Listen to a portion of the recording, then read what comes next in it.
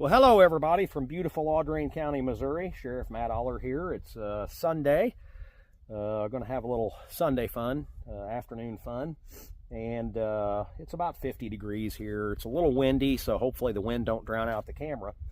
But we're going to do something hopefully a little fun today for you guys. I've had a couple people ask for me to do something with a 1911. Presumably some people know that I carry a 1911 every day. And I do. I carry a Kimber Pro Carry 2, have for 15 years. This gun has run probably somewhere between 7,000 and 10,000 rounds over the last 15 years. I used to hand load quite a bit, and it was not uncommon for me to shoot 200 or 300 rounds a month back when I had actually had time to hand load. And the only modifications this gun has, it's pretty much bone stock, other than I added night sights to the gun because I did carry it as a duty pistol. I added a mag funnel and mainspring housing, and I did change the recoil spring and guide rod somewhere around 4,000 rounds, maybe 5,000 rounds a while back. So I always run that particular gun, and this is kind of a side note, but something that you may find useful. I always run this gun with Wilson combat magazines, and I'll tell you why. Because this gun is alloy framed, and the feed ramp is integral to the frame, so the feed ramp is alloy as well. So when you look at a standard 1911 magazine, it's got a steel follower, and it's got it's got this edge on the front of it. The Wilson Combat has a plastic follower. And where that gets important, and I learned this the hard way because I had to polish my feed ramp back out, is with these standard 1911 magazines, when they're up in the gun and you fire the last round, when there's no rounds in the magazine to keep that follower from bouncing around, under recoil, that follower, the front end of that follower will slam off of your feed ramp, and it'll put a dimple in it, and eventually you'll start having feeding problems, which, again, I learned that the hard way. Polished my feed ramp back out, couldn't figure out what was going on with my feed ramp, did a little research and figured out that it was the metal magazine follower, which is steel, hitting the feed ramp after the magazine was empty, and that last round was in the chamber, and I shot it and it was under recoil. So this is my gun that I carry every single day, or most days anyway, and I got a lot of time behind it. I shoot it well, I enjoy it, and it's been pretty reliable. Any reliability issues I've had that I can think of have all been, other than the feed ramp stuff from the dings. Any other problems I've had with this were always magazine related. Have a bad magazine, they get worn out after a while, and ammunition related, especially with hand loads. Every once in a while you get one that's out of spec, or shell casing, when you reload, shell casings doesn't headspace properly. It's not in spec, or not close enough to be an inspect feed right, or something like that. So been a pretty reliable gun. Now, we do have another one that I think is really cool, and I think I'm probably going to like it. A buddy of mine who's a cop, he's about my age, and let me preface this with, I like guns to be simple, right? I don't like to hang gadgets off my guns, and lights and lasers and red dots and blah, blah, blah. I like guns to be pretty simple. I want to pull the bang switch and the gun go off. I'm perfectly capable of using sights. But, I know that technology evolves, and I've heard guys say really great things about red dots. I've never really messed with one. But a friend of mine who's about my age, but he's a little more accepting of technology and things like that, came into possession of a Kimber Aegis Elite Pro. Came from the factory with a Vortex red dot on it, and he said, hey, he showed it to me because he knows I'm a 1911 guy, and I'm kind of a purist. While the gun is pure, we've married it with some new technology. So Maybe I'll fall in love and have to go get one. I don't know yet. I spent the last couple of days in the house, and you got to keep in mind, I've been carrying a gun for over 30 years, and trying to make my mind not look at that front sight and try to find that red dot goes against every ounce of training and every ounce of repetition over the last 30 years that I've had. So I messed with it for a couple of days in the house, and I found that I really had to focus on keeping my head straight in front of me and putting the window in front of my dominant eye instead of putting the front sight in front of my dominant eye. Just get the window up there and find the dot. And it seems to work, seems to have worked pretty well for me. I seem to be able to pick the dot up fairly quickly, but again, I've not shot. I mean, I'm just presenting from a holster, putting the gun up, and finding the dot. And at first it was a little difficult, but after a couple of days, I've gotten fairly used to putting that window in front of my dominant eye and being able to find the dot fairly quickly. So we're going to see how that shakes out, because we're going to do a drill here just shortly that will bring all that to bear. So, full disclosure, this gun is a all steel gun, 40 ounces with the red dot on it, and this gun is alloy, and it's only 28 ounces. So the recoil impulse is going to be completely different on both of these. This will have a little harder recoil. It may affect my split times. I don't know. We'll see. Also, full disclosure, this gun has suppressor height sights on it. So I'm a little slower on the draw stroke. Now my holster that I'm wearing is cut for an optic, but the suppressor height sights drag. So my draw stroke is not as smooth, and it's a little tougher to get out. Now that would probably, it's a leather holster, so that would probably change over time. But, you know, again, this ain't my gun. It's borrowed, so it's going to have to go back, so I won't have time to break in a new holster for it. At least I don't think, Smitty, unless I decide not to give you your gun back. Another thing that I have noticed, and I've not shot it yet, but I've noticed it when I pull it up, you'll notice this gun is bobtailed. My other gun is not. So what I've noticed is my natural point of aim, my grip angle, is different with this gun, because I'm able to get the heel of the gun, the bottom of the grip here, further in to the heel of my hand, and it's causing me to naturally be a little lower than I'm used to. So you know, when I'm running this gun, you can see that mainspring housing goes all the way down to the heel of my hand, and it's flat. So my natural point of aim, what I'm used to for 15 years with this gun, is it's higher. My natural point of aim with this seems to be a little lower, because I'm able to get the bobtail of that gun deeper into the heel of my hand. So that may play a part in my accuracy with this gun, especially under speed and stress, but we'll see. So we're going to go get some targets set up, and I'll be right back with you, and we're going to do kind of a neat drill that everybody should do and maybe practice with. So I'll be right. Hey, welcome back. Didn't want to take a bunch of camera time loading magazines, because we need to load them a particular way, and wasn't any point in me standing here making you wait. So what we're going to do is, and we had to fix our targets up, but what we're going to do is a drill called the 5x5. So what this drill is 5 rounds from 5 yards in 5 seconds on a 5-inch target. Now, what I've done was taken some TQ22 targets and folded them, and we'll go down and look here in a minute. There's an outline in those targets. They're law enforcement targets, where the outline in the center mass is roughly 5 inches, the way I've got these set up.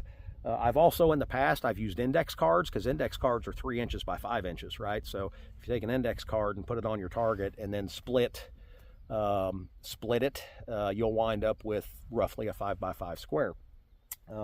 Keep in mind, man, decent training does not have to cost you a fortune, and you ain't got to burn a pile of ammo. As a matter of fact, our shot timer is an app that I downloaded for free on a cell phone. Actually works pretty good, so you can take a look at that. But so what we're going to do, what I'm going to do is I'm going to run 5x5s with both of these guns and see what the difference in time is from the red dot to my gun that I carry every day. I don't know how much difference there will be. I have a feeling I may struggle a little bit, still may struggle a little bit getting that red dot up in front of my dominant eye.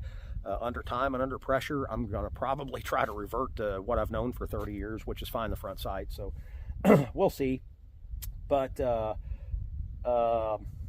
we're going to use factory defensive ammunition. I try to do that whenever I can. I do hand load, but whenever I run time stress drills, I always try to use factory ammunition that I carry because we've told young cops this for years. You train the way you play the way you train. And in a defensive scenario under stress, you want to try to make sure that your training has as many of the same variables as what you may encounter in real life. So we're gonna draw from concealment. We are going to put we're using factory ammunition, which is probably, it's obviously going to have heavier recoil than most reloads. Most guys don't reload that kind of hot. So anyway, that being said, I'm going to run my pistol first and see where we land on the 5x5. I'm going to shoot the bottom target. So and we'll see what the times turn out to be on the shot timer and see if we can get all 5 rounds in there in 5 seconds or less from 5 yards. All right.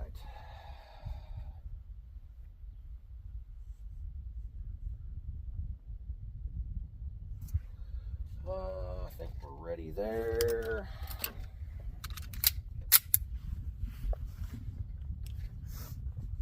Make sure I got my 5-yard mark lined up.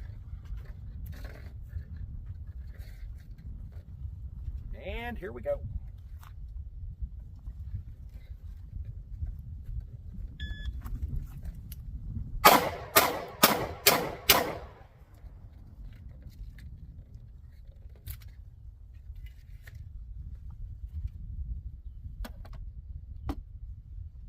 All right, we are at 3.95. 3.95. And my split time to the first shot was 2.1 seconds. So 2.1 seconds to get out, get on target, and fire that first shot.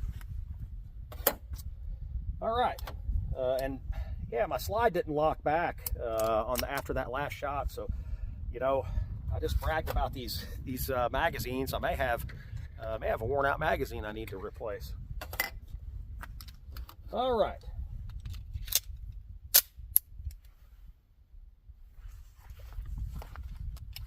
See if this finding the red dot. Now my draw stroke is the only variable that I think may affect my initial shot time, 2.11.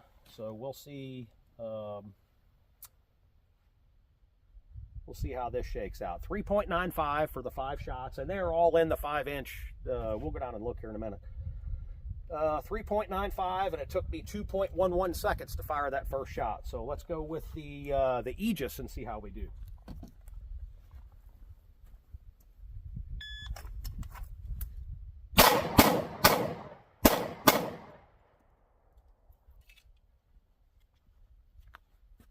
.87 total, and I did throw one, and 2.25 to get to that first shot. So it did take me longer to get that first shot off. The draw stroke, but of course, like I said, the draw stroke was obviously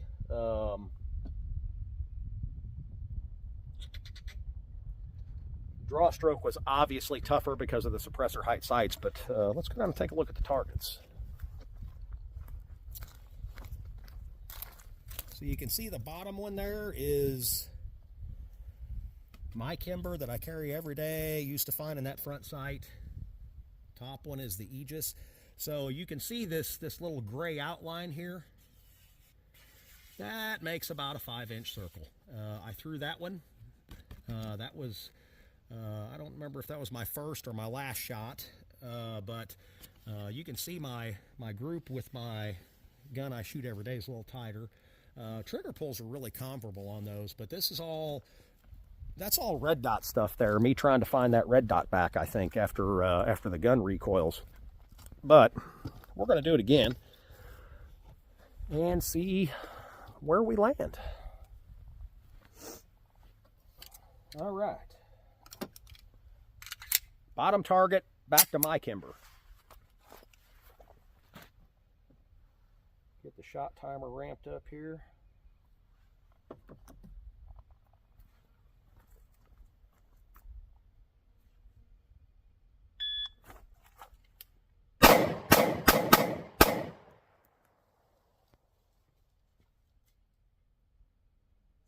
.67 and 2.09 on the first shot. 2.09 to get out of the holster, get that first shot off. Total for all 5 shots, 3.67, and they're all in the 5 inches. So let's run it again with the Aegis and see if we get any better with the red dot.